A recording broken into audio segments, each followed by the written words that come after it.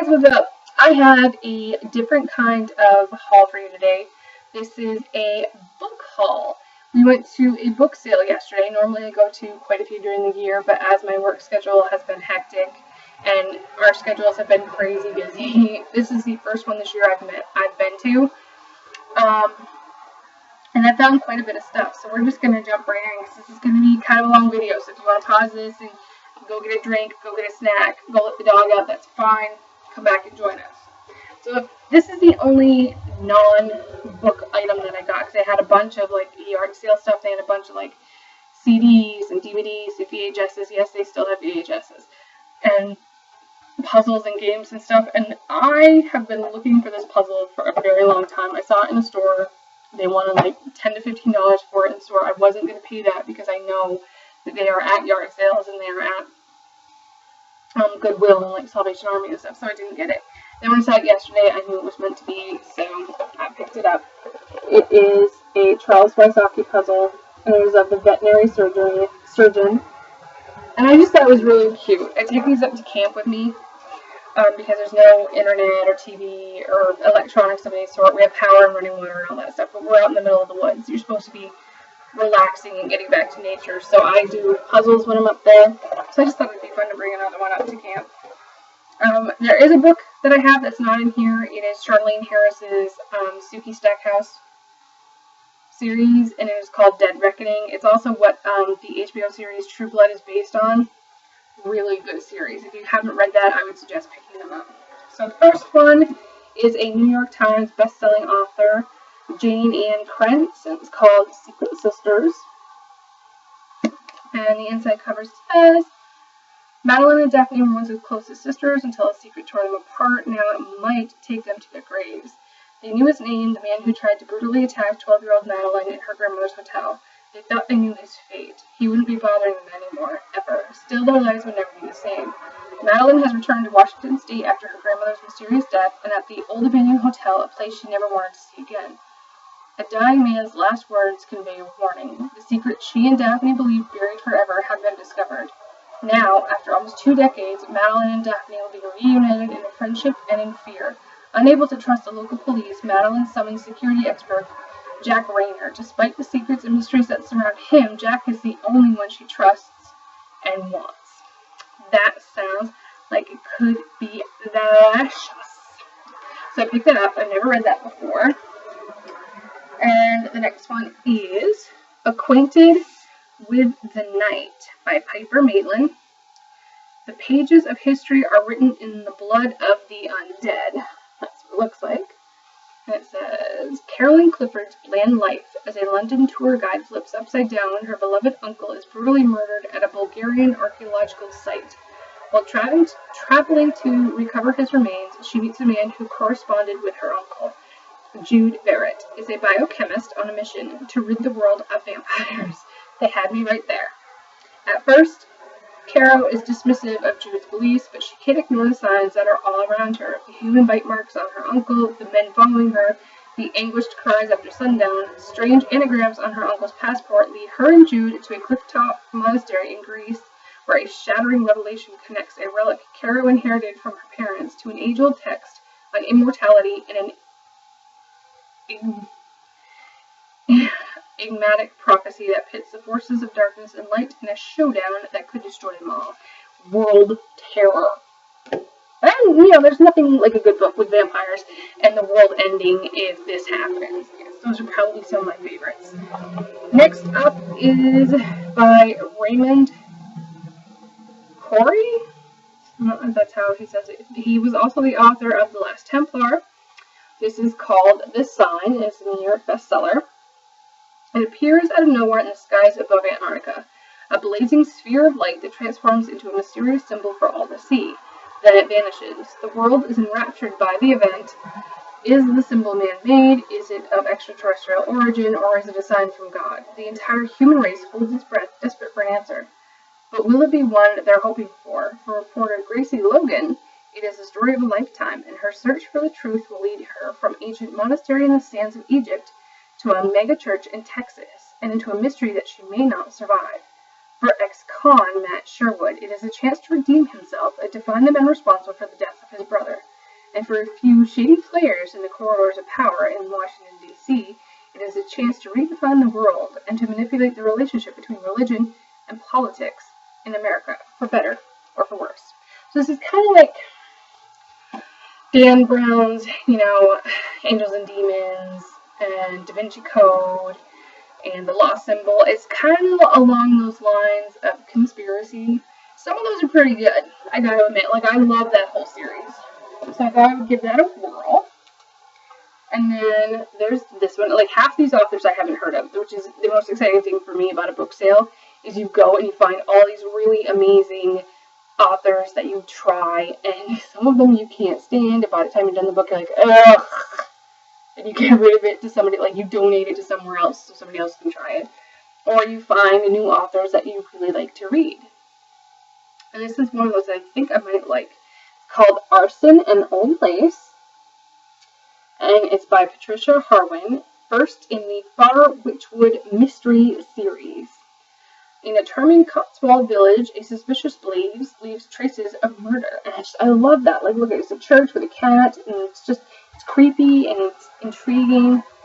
You're a librarian, not a detective, Catherine Penny's daughter reminds her. But Catherine, suddenly single in her 60s, finds it easy to slip into sleuthing mode when she leaves behind New York City and a failed marriage for a lovely 17th century cottage in the idyllic English village of Far Witchwood. But behind the town's quaint stone walls and lace curtained windows lurk dark secrets and whispers of witchcraft.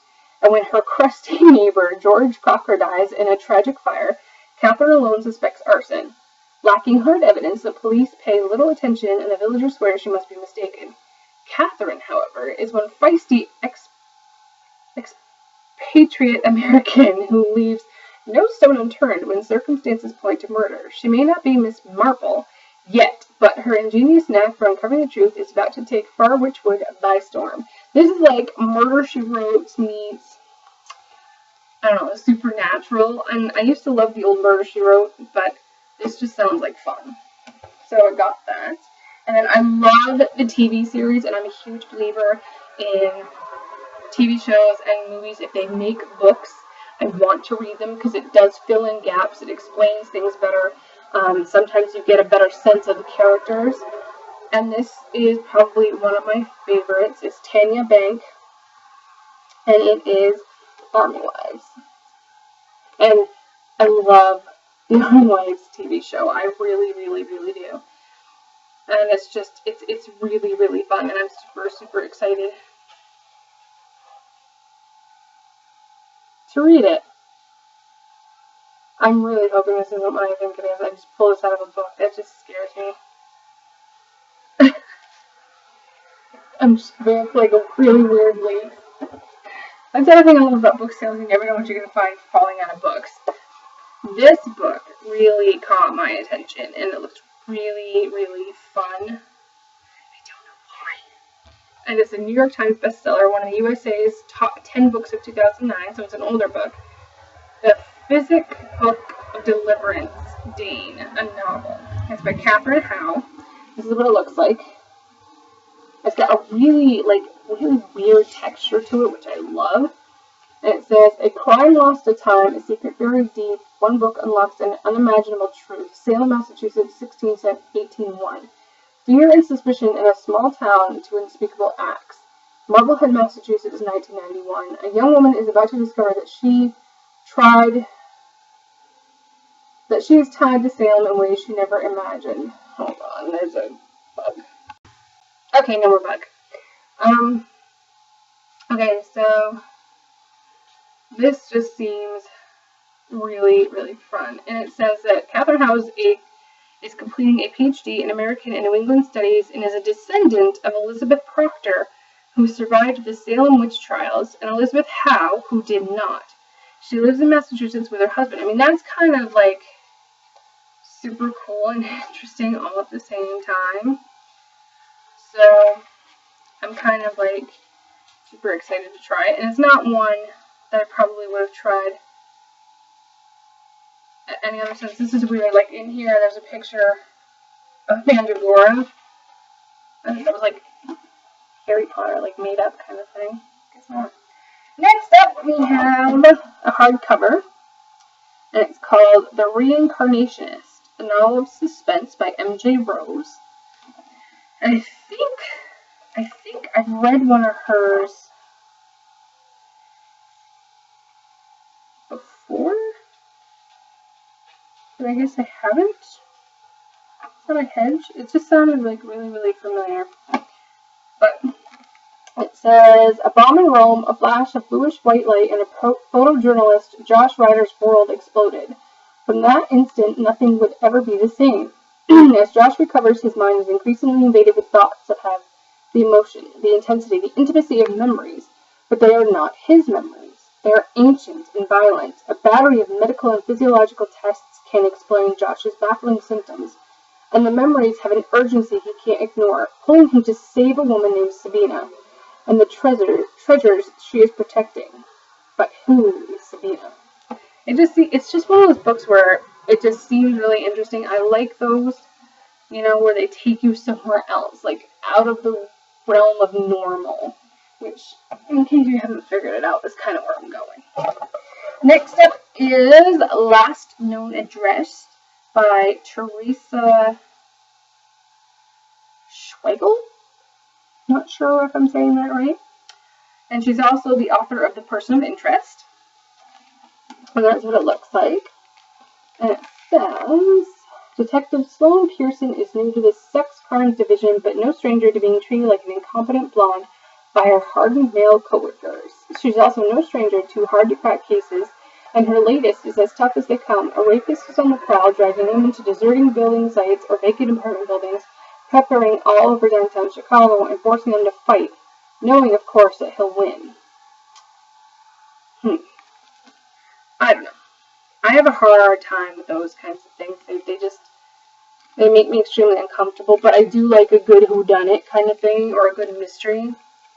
So I might give it a shot. I don't know, that was just one that I thought was really interesting, so I picked it up. And of course, this is one that I've been looking for forever, because we no longer have bookstores anywhere near me, which I think is really sad. And I didn't want to order off the internet, and it's The Hunger Games. Love the movies, want to read the books. I've gone to my local library, and every time I've gone, they're out. So now I own my own copy of the first one. And then I've got three. Maybe only two. Ow. Nope, I do. I got three. Three of these by Heather Graham. And she's a New York Times best-selling author. And the first one I have is The Hexed, which sounds so fun. That's what it looks like. It says, Devin Lyle has recently returned to the Salem area, but her timing couldn't be worse. Soon after she moved into the 18th century cabin she inherited from her great-aunt Mina, her crazy great-aunt, who spoke to the dead, a woman was murdered nearby. Craig Rockwell, known as Rocky, is a new member of the Crew of Hunters, the FBI's team of paranormal investigators. He never got over finding a friend dead in the woods. Now another body's been found in those same woods, not far from the home of Devin Lyle, and Devin's been led to a third body by a ghost, of course. Her discovery draws them both deeper into the case and Salem's rich and disturbing history. Even as the danger mounts, Devin and Rocky begin to fall for each other, something the ghosts of Mina and past witches seem to approve of, but the two of them need every skill they possess to learn the truth, or Devin's might be the next body in the woods. Sounds intriguing. So I got that. And then the next one is Heather Graham, The Uninvited Crew of Hunters. That's what it looks like. And it says, in 1777, in the throes of Revolutionary War, Landon Mansion is commandeered by the British Lord Butcher Bedford. He stabs Lucy Tarleton, who spurned his king and his love, leaving her to die in her father's arms. Now, after the day's final tour, docent Allison Lee makes her rounds while locking up and finds a colleague slumped over Bedford's desk, impaled on his own replica bayonet. Resident ghosts may be the stock and trade of stately Philadelphia homes, but Allison, a noted historian, is indignant at the prospect of ghost hunters investigating this apparent murder. Agent Tyler Montague knows his hauntings and his history, While Allison is skeptical of the newcomer, a second mysterious murder occurs. Has Butcher Bedford resurfaced? Or is there another malevolent force at work in Landon Mansion? Wary yet deeply attracted, Allison has to trust in Tyler and work with him to discover just what uninvited guest, dead or alive, has taken over the house. Interesting. And then the third one of that particular author I got is The Silenced Crew of Hunters. And Lara, or Lara, depending on how you want to say it, a congressman's media assistant suddenly quits her job and disappears on the way to her Washington, D.C. apartment. Novice FBI agent Meg Murray, a childhood friend of Lara's, gets a message from her that same night. A message that says she's delusioned and going home to Richmond, Virginia. Meg discovers that she never got there, and bodies fitting Lara's description are showing up in nearby rivers. Could she be the victim of a serial killer? Meg is assigned to work with special agent Matt Bosworth, a hard-nosed pro in the FBI's unit of paranormal investigators, the Crew of Hunters. They trace the route Meg and Lara took more than once in the past, visiting battlefields and graveyards from Harper's Ferry to Gettysburg, places where the dead share their secrets with those who can hear. As Meg and Matt pursue the possibility of a serial killer, they find themselves in the middle of a political conspiracy. Is there a connection? If so, has Lara been silenced for good, and whom, besides each other, can they trust? Sounds like fun. And next up is... this one I got for my daughter because she had one. And it looks like something that she might be into, or at least she'll like. And it's by David Donacci, The Devil to Pay, a new daring adventure on the high seas for Lieutenant John Pierce and the Pelicans. That's what he wrote out at number 11, so I'm assuming it's part of a really long series of books. Oh, yes. Yep. So that's cool. Not mine, and I forgot it was in my stupid bag. This one looked fun. It's more of like a young adult, but some of those sometimes are the best books. And it is by Kevin Emerson, and it's The Lost Code, Book 1 of the Atlanteans. And I didn't notice that till just now, but it seems pretty fun. It says, before the beginning there was an end, 3 chosen to die, and should the time come again when the Masters seek to bend the Terra to their will, then the 3 will awaken to save us all. Sounds pretty exciting. And it's pretty, it's kind of spaced, like, young adult, so it's not like a super long book. I don't know how many pages there are in here. I don't know. There's over 430 pages, so it's a quick read, but it sounds like it'll be a fun one. That's going to fall so you go higher. And then, so I'm almost done. I've seen this guy everywhere, and I used to play, this is really geeky, I used to play a computer game by him, and I don't even remember what Undying. It was Clive Barker's Undying. So I got a book to try. I'm not sure if I'm going to like him or not, but it's Clive Barker, The Scarlet Gospels. So I don't know, he's got reviews on the back of here by Stephen King, J.G. Ballard, Quentin Tarantino, Wes Craven, Peter Straub. So, I don't know. For nearly 30 years, the Hell Priest, better known to us by his description mantle of Pinhead, has been one of the most recognizable famous characters in the pantheon of horror. Acclaimed literary icon Clive Barker brings him back with the final chapter of his narrative begun in The Hellbound Heart, closing the circle on the Cenobite mythos for all time. So,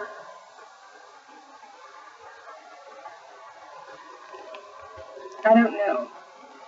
The long-beleaguered detective Harry D. Amore, the last illusion in Everville, investigator of all things supernatural, magical, and malevolent, has been battling his own personal demons for years when he happens upon a lament configuration, a deeply intricate puzzle box that is rumored to open a doorway to hell itself. His own demons are replaced by the real thing when he finds himself caught in a terrifying game of cat and mouse that is bloody, disturbing, and brilliantly complex. Not one for, horror, but I thought I might give it a try since I've never actually read one of his, but I did like his computer game. It was just very creepy and just, it was very cool. It was very well done. So I thought I would at least give this a try because it seems like he has done like a ton of books that I've never even heard of. So I thought I'd give it a shot. I don't know if I'm gonna like it. I really don't. And then L.J. Smith, The Secret Circle, The Initiation, and Captive Part 1. I love her Night World series. I have books 1 through 3. I'm looking for number 4. And I've watched, this was a TV show. It's on Netflix. It was very short-lived. It was one season, and I think they canceled it. So I would love to read the books. And I think it's a series. I think it's something that my library carries. So I will go and check them out. But it's gonna try. It just seems like fun. It just seems like something that I would really like to get into. I thought I'd give it a whirl, and that is my entire book sale haul. Lots of goodies, lots of books, lots of things to try. And as I go through them, I'll throw up a review every now and again and let you guys know what I think of them, or don't, as it were. So if you want to see more of these, thumbs up, like, comment down below. Let me know if there's a book that you found, in a book sale or a yard sale or in a thrift shop somewhere, or even a bookstore that you found that you were totally in love with after you read the first one. Subscribe if you haven't. Would love to have you as part of my viewing family. And for those of you still watching, thank you so much, and I appreciate each and every one of you. And I want to give a quick shout out to my daughter. She started her own YouTube channel, Sassy Cat. So she does a lot. She's going to be doing a lot of DIY. She's going to be doing some Dollar Tree hauls. She's going to be doing kind of like, almost like Pinterest testing kind of things, that she's going to find things that people do that are DIYs, and she's going to try doing them and see how well she does. She's going to do some hauls and some makeup and stuff, and she's just really starting to find herself. So go check out her channel. And until next time, you guys, see you later. Bye.